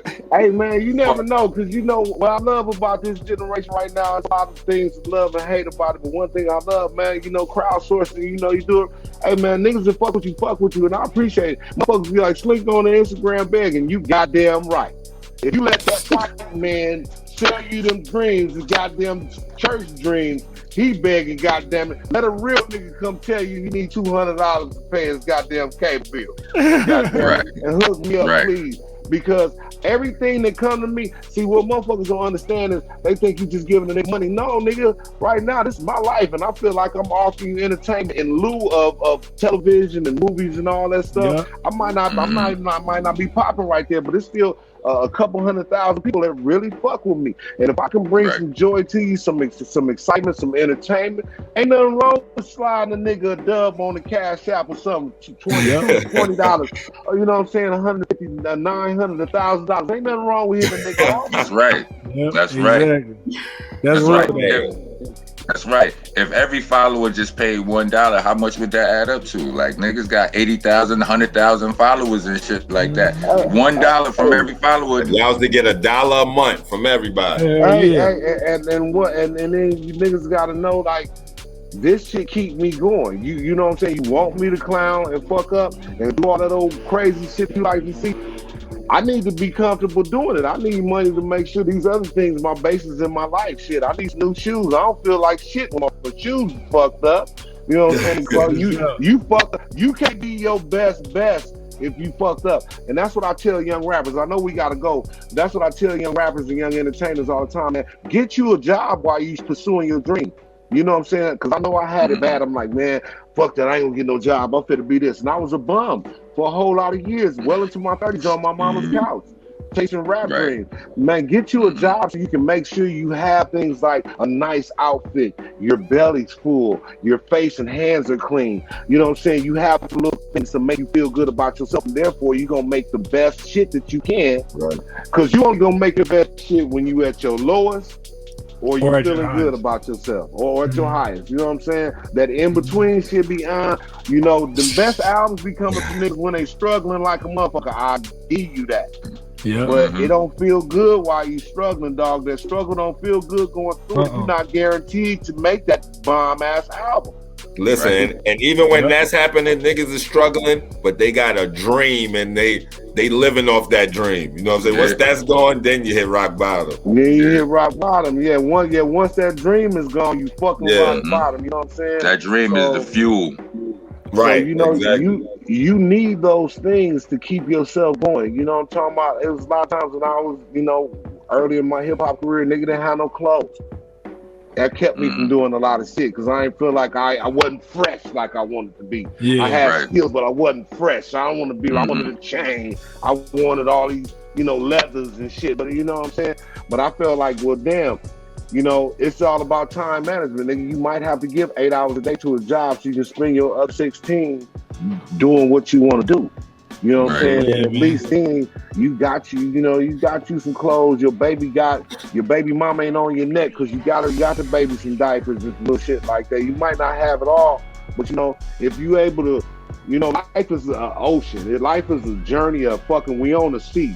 Sometimes the water gets choppy. Sometimes we sailing smooth. Oftentimes our boat springing leaks. We come from the ghetto, nigga. Ain't nobody got no real bread. We patch up something here. If it's leaking over there, all we doing. But as long as you got enough Band-Aids to keep going, at least, you know what I'm saying? Just keep your Band-Aids coming till you able to buy you a new boat. But if you ain't able to get no Band-Aids, nigga, you gonna sink. Exactly. So don't shit on them Band-Aids. You know what I'm saying? Don't shit on them. I hear you, Chance. Hold on, Chance. Don't shit on them Band-Aids, man. Don't shit on the Band-Aids. You need them Band-Aids, man, or else your boat gonna sink, nigga. Real shit. So that's the realest thing ever. You know what I'm saying? Yeah, that's the realest shit that's been on this show so far, man. You said the realest shit so far, man. Nah, that's real shit, my nigga. Yo, thank you, man. I appreciate you for coming and do it, for dropping in. Real nigga shit. 6 foot. Listen, I need more tall niggas to hang out with, son. So these niggas. Strang would have been a helter skelter, but he was too short. We got him up out of here. It's all good. Short niggas with swag though. Look, I'm actually in the mix, all right? I'm in between, man. I'm actually in the mix. Short niggas. I can't take none of you guys' sides. All you short niggas gotta do is pull your wallet out and stand on top of it, nigga. You're taller than Shaq, baby. Big facts. Yeah. Rek's pretty responsible with his money. It seems like that makes sense. I can tell. Look at his wall. I was just about to say that, yo. I do a little something. Yo, man, thank you, man. Appreciate you, man. I'm gonna holler at you later, man. Much love, man. Thank you. Yeah, all right, y'all pleasure. be good, brothers. Thank you, brothers. Hi, I'm the Rockness monster. Dopest voice in hip hop ever. Yes, ever. Ladies love my voice. You know what else ladies love? Ladies love cool shirts. And we got some of the coolest shirts you ever seen in your life over here. They don't shrink, they don't wrinkle, they don't fade. The best part about it is they feel good. Real good, I promise you. You put this shirt on and women are gonna hug you different. We also got matching socks and neck gaiters for whichever shirt you order. Speaking of ordering, to order go to rocknessbcc.bandcamp.com. Go there and have a blast. Knock yourself out. Rock on. We're back. Yeah, that was a dope. That was a dope interview. Slink motherfucking Johnson. Yeah, that was it. Yeah. So I made a mistake. And because I'm a man, I'm able to say when I'm wrong. All right. So the very first rapper to wear a Jesus piece was actually Ghostface Killah. Ooh, he was the first. I still wouldn't have known that though. I wouldn't have known that either. I would have thought it was before that. Yeah, well, the person that made it popular was Biggie with Jacob the Jeweler making his chain, and he paid $10,000 for it or whatever, I guess. Yeah. Well, and it was definitely a white Jesus. I say that. I know that. Sure. Well, if it was the first one, hell yeah, it definitely was. Even if it was the first two. And that's crazy too, because even a Ghostface Killah, I would have him trying to rock a black Jesus, yo. I know, we're gonna have to look it up and see what it looked like. Word. That's some good reporting though. Oh, I appreciate it. Back to you. I knew you was wrong about Biggie being the first one, but he was the second one though. Damn, that's still. You know what I'm saying? I'm close. And I would have never guessed Ghostface was the first one. Me neither. I don't know. I thought like Cool G Rap or Rakim or Big Daddy Kane would have had one. Listen, bro. I don't like. I trust Google with certain things, not so much. Like, you know, they don't have all the information. They don't consider certain niggas. Like, you know what I mean? Like, if you Google, let's say you Google rappers that are Scorpios, I don't come up. You know what I mean?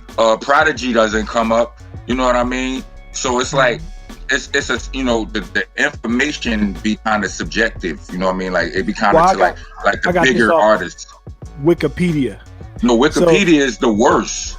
No, Wikipedia is good because, you know, they take source. You have to actually have a physical source that they can check and verify for Wikipedia to keep it on the site. Somebody's able to check it. If somebody's able to write almost anything and put it up there, but then they fact check and put the source below. But you see how Rock is, right? You see how he is? Well, listen, if Wikipedia had him down as one of the Scorpios, they'd be like, Wikipedia is the shit. No, that was Google. What I'm saying. Wikipedia had it. You would have Wikipedia over Google. That's what I'm telling you that Wikipedia is the worst because for years my information personally was on there. That was on there was wrong. Then once I got somebody to go in there and fix it, the shit was good. For a little while, somehow or another, this shit all got removed. So let me ask you something. Is Brooklyn a city? Yeah. Or a borough? I mean, it's a borough. It's a borough too. The city is New York. I mean, but anyway, I'm telling you this because I lost a bet. I Googled it. I mean, I told somebody Brooklyn's not a city; it's a borough. They said Brooklyn is a city because I Googled it and it said the city of Brooklyn. So I'm like, Google was wrong this time. So I bet. You asking me? The person used Google and it came up as a city. I lost the bet because it came up in Google. So just because I agree, I still don't believe Brooklyn is a city though. It's a borough. All right. What is the difference? It's part of the city. That's why it's part of the city. It's not a city. What's the difference? It's not a city on its own, man. It can't come up as a city. It has to come up. It comes up as New York City. It has to come up as borough. Google, if Google is a computer and it's being technical, it has to come up as a borough. It can't come up as its own city. All right. Queens is not coming up as its own city. Staten Island is not coming up as its own city. Only Brooklyn. So if that only just proves my point. Like the Google shit ain't all the way reliable. No, that's why I want to know if it was right or if it was wrong. But you said it would be a city, so it was right. Yeah, some people do consider them. Yeah, some people do. I never heard that. Yeah, I never heard it. I mean, personal Wikipedia might be a little off depending on who's the one verifying the data. But as far as like most of those things, they actually have to have a site reference for them to put the information in the top. That's why at the very bottom of Google of Wikipedia, you'll see all the different sites. Man, never mind. I'm about to say never mind. Yeah, we getting off track right now. Anyway, I got a question. We talking about all this black Jesus, white Jesus, peace shit. I got a question that's related but not related. How y'all feel about other races? How y'all feel about other races using the N-word? Saying nigga. I mean, we black. I can say nigga. Well, are you adding Puerto Ricans in there or Spanish people? I mean, you would have to. I grew up with Puerto Ricans, and I don't care if Puerto Ricans say nigga. I think they niggas too, man.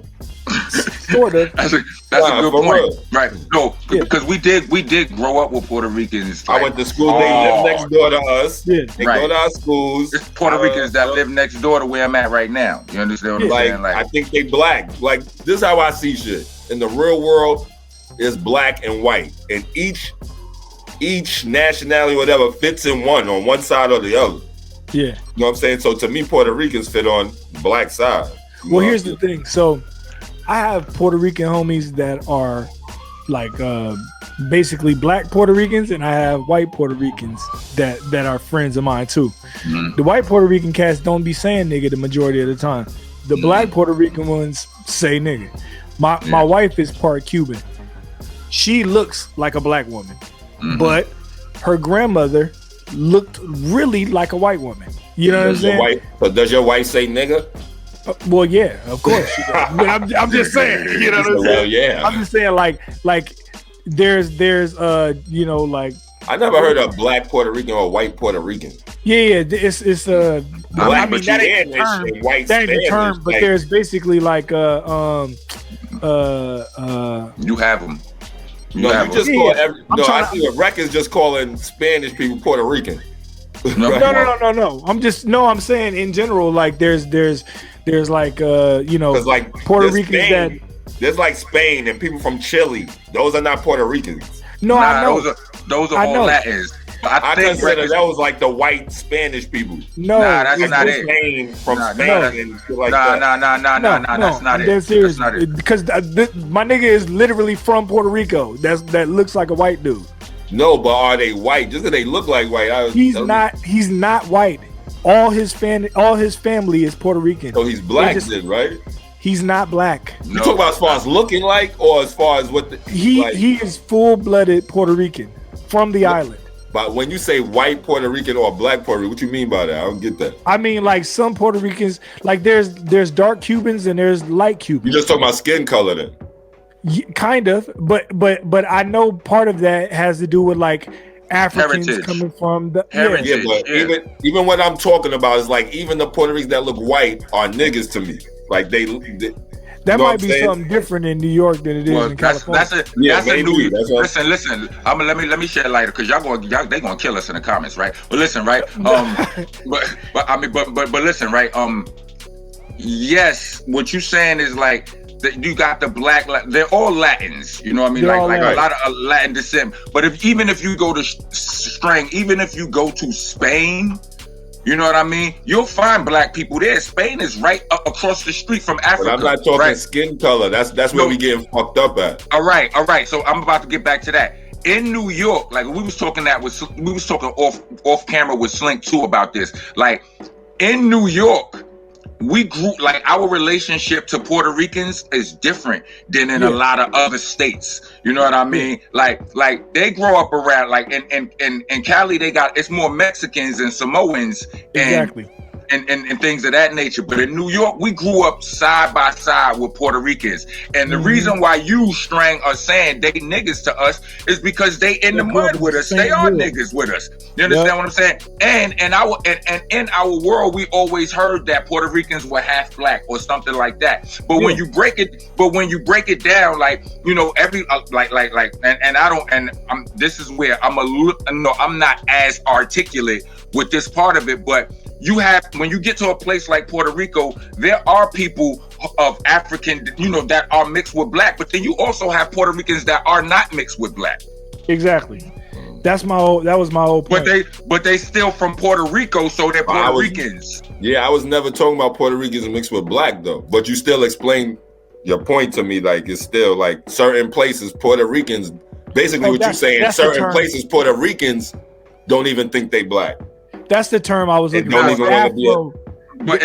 that before. I came in contact with some people that's like Puerto Ricans is just their own shit. They're not black. You know what I mean? I came in contact with that, but I was just saying all Puerto Ricans, not all Spanish people are considered black, but I was saying all Puerto Ricans specifically.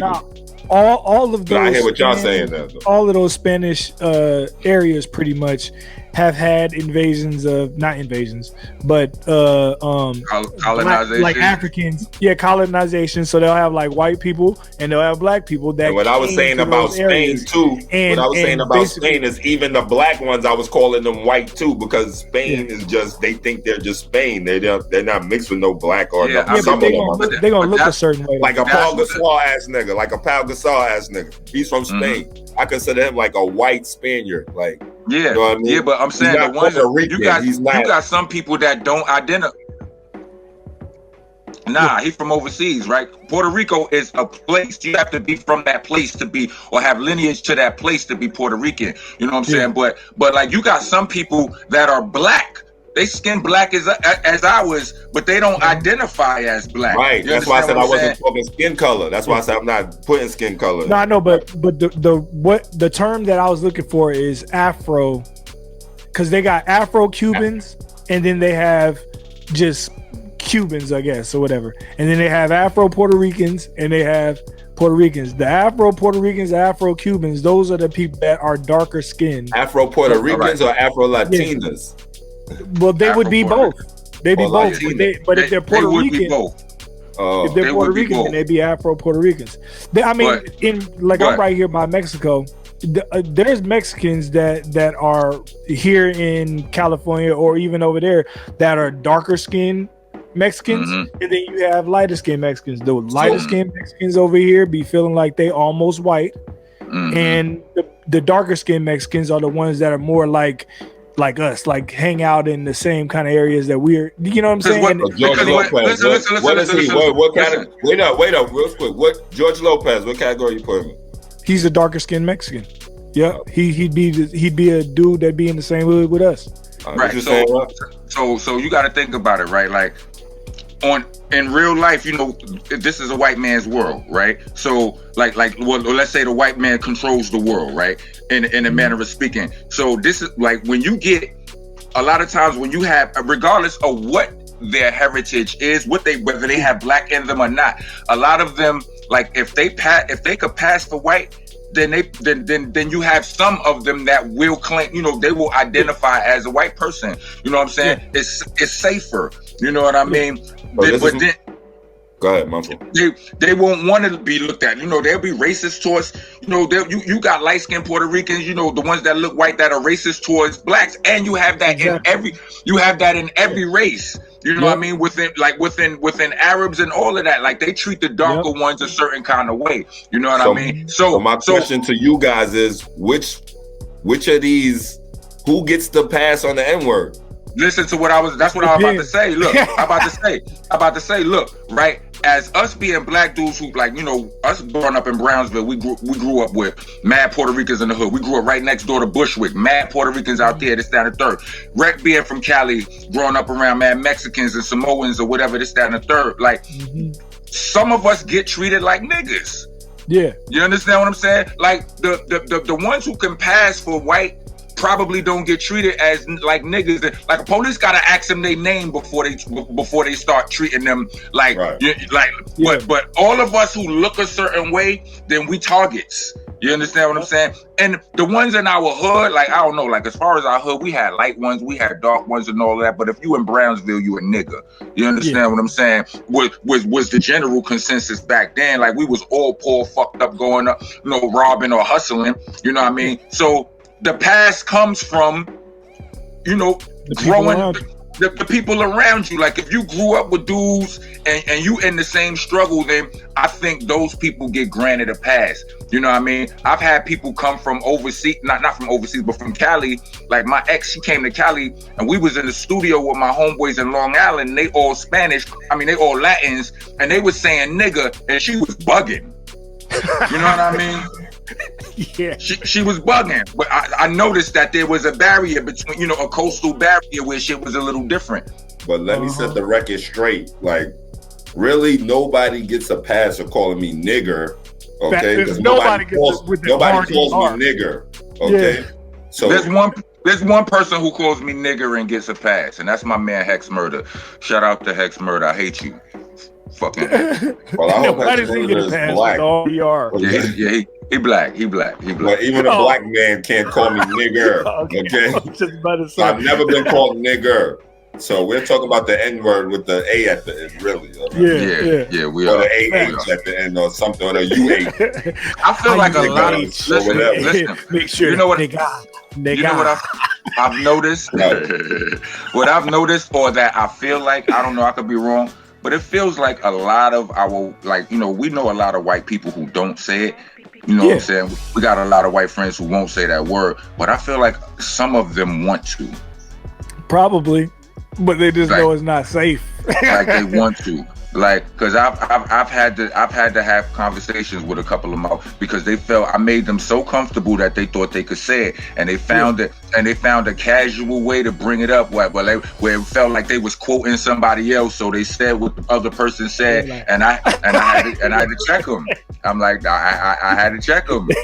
They say it and be like, you understand what I'm saying? Like, Like they want a lot of them. They want to. Well, I've had a lot of conversations with my white friends or whatever about whether they can say it or not and why they can't and all that kind of stuff or whatever.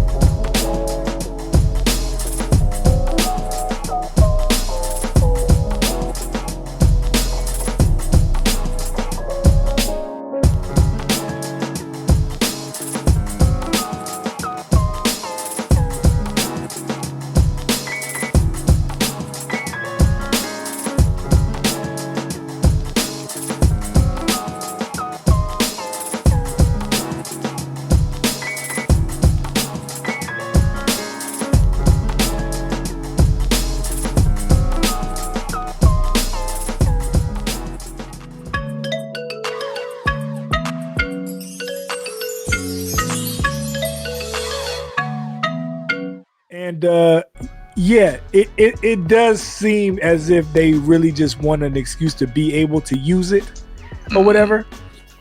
I'm just not going to be. Those people are disrespectful because it should never be a conversation about why I can't use this word, man. Yeah. Right.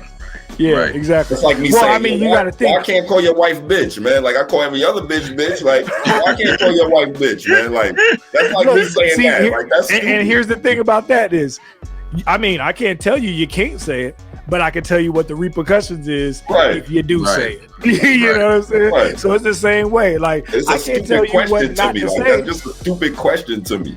And then here's another thing. It is. And then here's a possibility you could be offending me. Why would you even want to indulge in that realm? You know, the majority of the people that are asking these questions about whether they can say it or not have been granted privilege their whole lives in certain arenas. Nah, but check it out though. That's you why got them to a point where they like where you got a lot of black people that don't like the word either, and and you know they like I don't think nobody should use it. It's a disgusting word and this, that, and the third. Mm-hmm. And you know, to those people, like I mean, I have an opinion, but I have a question. Have any of you ever heard the word niggas? Negus? Oh yeah. Right. You know what that word means? No, not negus. Negus. Like it's an African. I've seen it.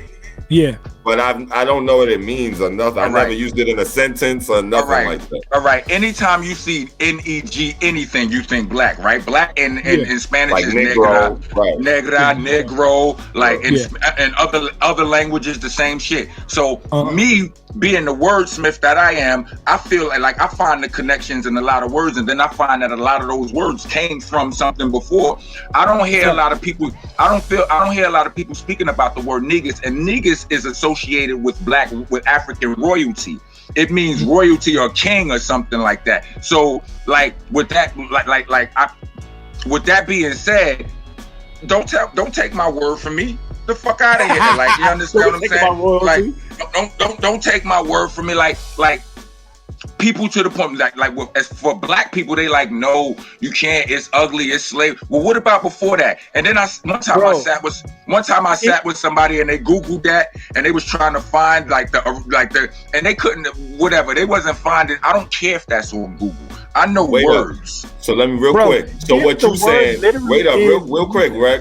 What you saying is, so white people made the name fucked up and shit and made their own shit and that's why we look at it like that? Yeah. Before it was used like that, it was used as a good term? That's what you're saying? Yeah, that's what I'm saying. I need you. I like to look up shit and stuff, so I gotta make sure you know what you say. No, but in real life it's gonna be hard to find the connection. Go ahead. I found it. Negus means ruler or the supreme ruler of Ethiopia. See, so it doesn't mean king. Is the king of Ethiopia?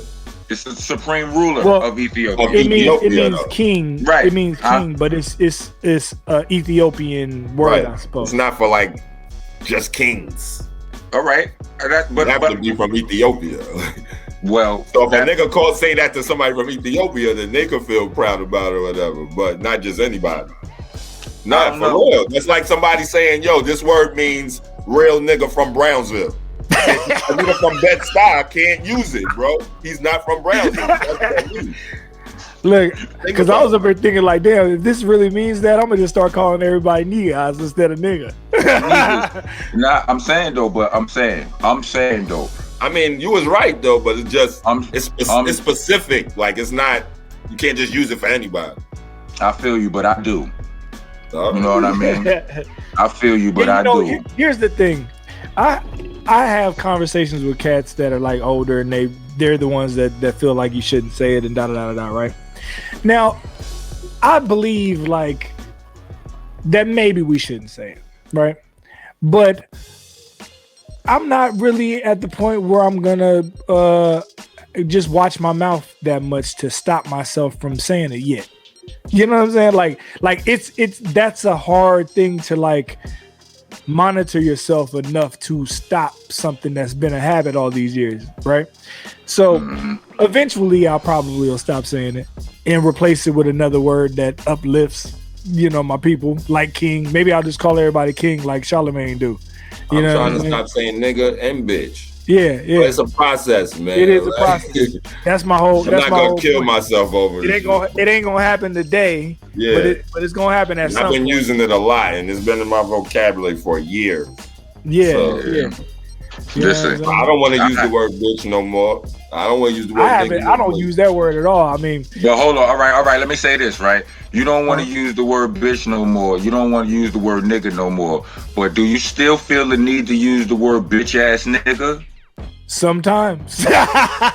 Yeah, but if I take those out of my vocabulary, I would find a new suitable, nice word for bitch ass nigga. Listen, I'm asking all of the people who are involved with cancel culture and all of this, whatever, the people who are, making the world a more suitable and rid of bully culture. Please don't take bitch ass nigga from us, B. Like these niggas don't want to say bitch or nigga no more.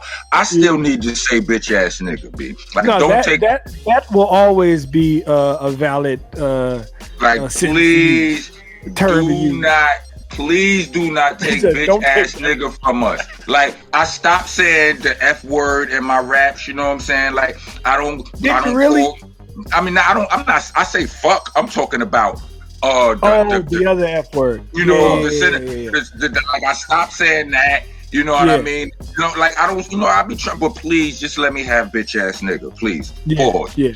Don't take that. Don't take that from us, please. But you know what I was gonna say though is, so we were basically all in consensus, basically saying that the people around you, if they grew up with the same struggle as you did, regardless of kind of the nationality that they are, they kind of get a pass to say it. I don't know. Listen, anybody that feels uncomfortable or feels like they need to ask permission, anybody that's uncomfortable should not say it. They should not say it because anybody who just says it is comfortable and they have their reasons why they're comfortable saying it. Like exactly, no person that's not supposed to say it, I think, would just come out and say, "Hey, what's up, niggas?" Like I don't think they would do that. They have to ask permission, and if you have to ask permission, you already know that you shouldn't be saying it. Or if you feel uncomfortable even saying it, like, hey, should I say it? Can I say it? Then you know you shouldn't be saying it. Well, here's the thing, though. What about if a nigga is saying it in their own area where they live at, and then they go to someplace else? Like that, like a Puerto Rican from New York or whatever that says it in his neighborhood, and he's a lighter skinned Puerto Rican, and he come to California and say it. Yeah, that's stupid, man. Like he should know better, man. All right.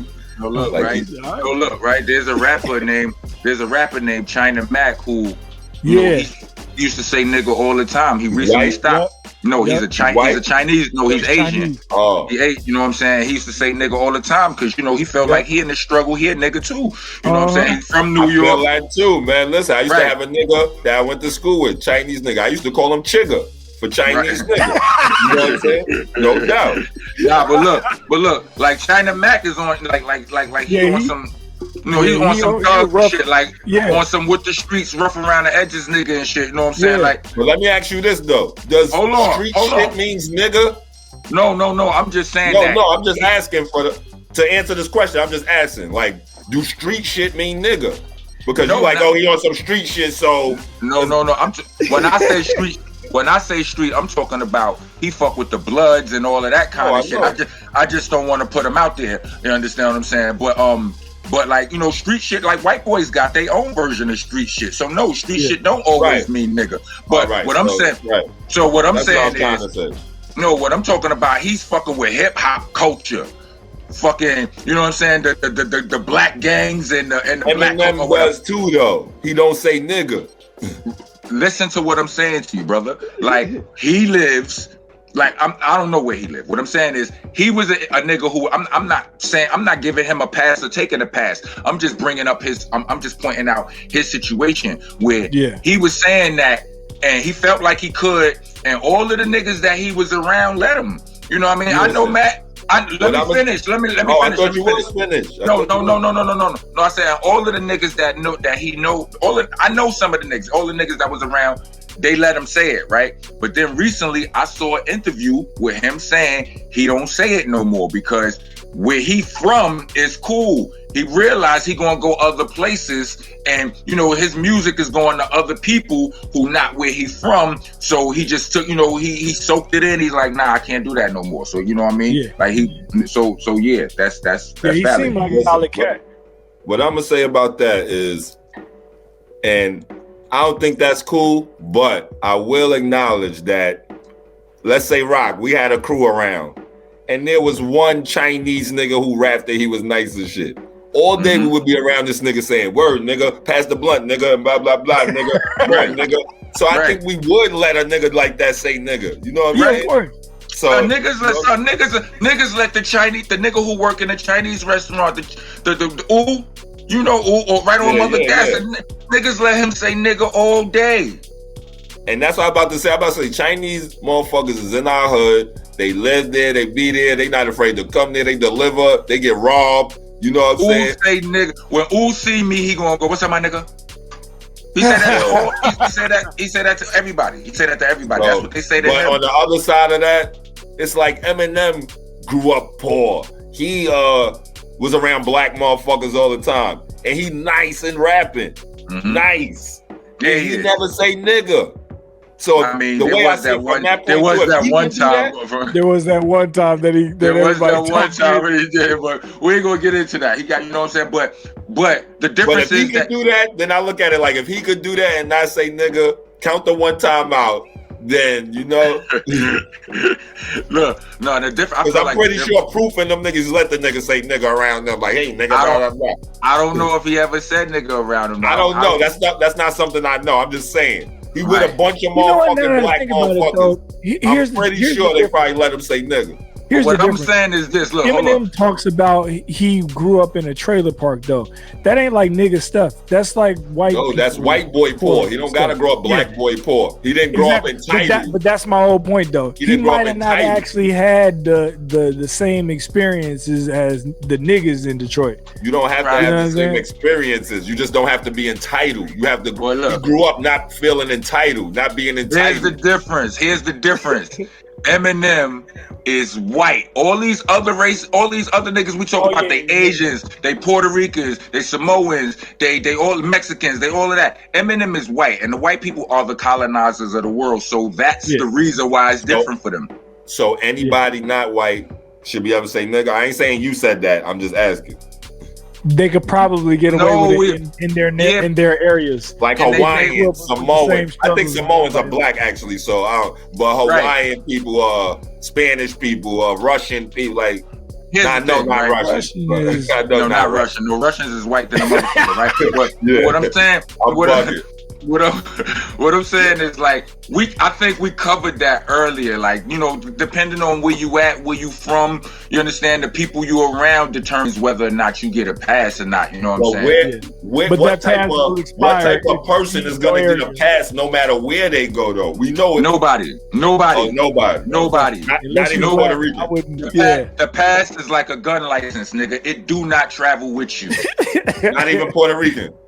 No, because if you're a Puerto Rican that looks white, I mean, they may think so, you know what I'm saying? But if you're a Puerto Rican, one of the ones that look white, and you go around some black people that's on some real militant shit, you never know how it could play out. You understand what I'm saying? You never know how it's going to play out. So I'm just saying, like I told you, my ex-girl was from Cali. Yeah, like my ex from Cali, and she was perturbed by my Puerto Rican homeboy saying nigga all the time. So imagine if it was a Cali gangster. You understand what I'm saying? Who knows? So look, can we go to the petty portion now? Sure, I think that's a good idea. All right. It's all you, boss. All right, you sure you don't have no petty, Starang? Are you sure you ain't got no petty, Rek? You know what I'm saying? No. All right. You ask us every weekend, and I don't always. But you see, Starang had something a couple times. He had something. You know what I'm saying? And yeah. But anyway, so with no further ado, let's get into the petty portion. Sponsored by P. Or brought to you by P. Or inspired by P mostly. Because he knew how to be petty when he wanted to be in shit. You know what I'm saying? My nigga will wake up one day and be like, yo, you could be on your way to his crib and he'll be like, you know what, son? The nigga with you, I don't like him no more. He can't come to my crib. Like, it's just crazy. Like, it's weird, right? He can't come here, right? So today's petty is by none other than yours truly, Mr. Monster Man Rocco. And it starts with, I'm gonna just get right to it, right? A few nights ago, I was in the studio, right? Mm-hmm. And I was leaving late in the morning, and I was calling an Uber, right? But the rates was disrespectful to the point where, you know, like you could pay it, but you feel disrespected by these rates right now. You like, what the? All right. So I wait a couple of minutes. I try back, see if it go down a little bit. The numbers is getting higher, right? And I'm like, man, this is some bullshit. You know what? I feel like they're trying to play me. I'm gonna get on the motherfucking train. Now, I don't take the train. Like, I hate taking the train. Every time I get on the train, somebody rock from Helter Skelter me to death or whatever, or somebody's doing some weird shit. The bum come on, piss on it, all of that, right? So I don't fuck with this. But it was 5 a.m., so I was like, all right, it's cool. Get on the train. You know what I mean? I'm on the train by myself. But no. Before I get to the train, as I get to the train station, I checked the price on Uber again to see if, you know, if my location change gave me a better price, right?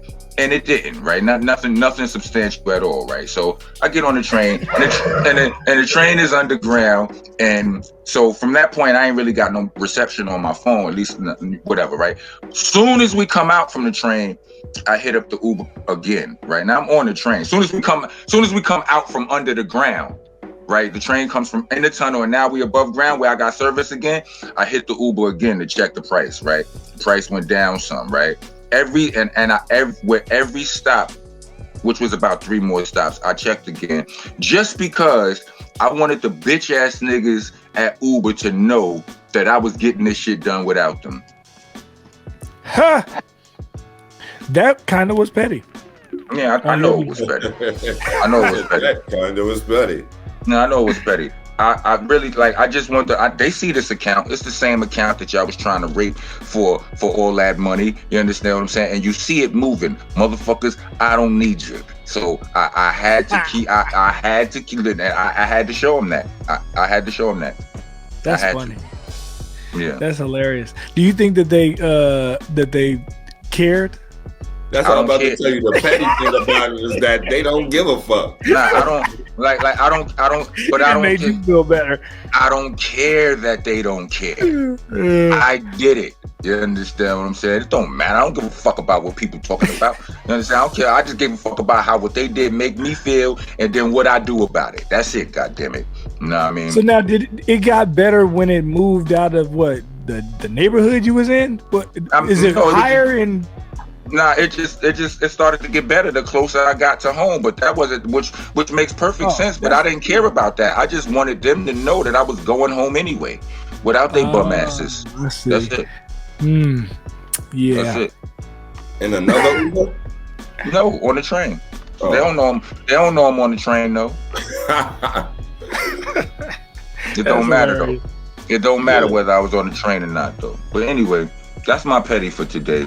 We gotta wrap up. You know what I mean?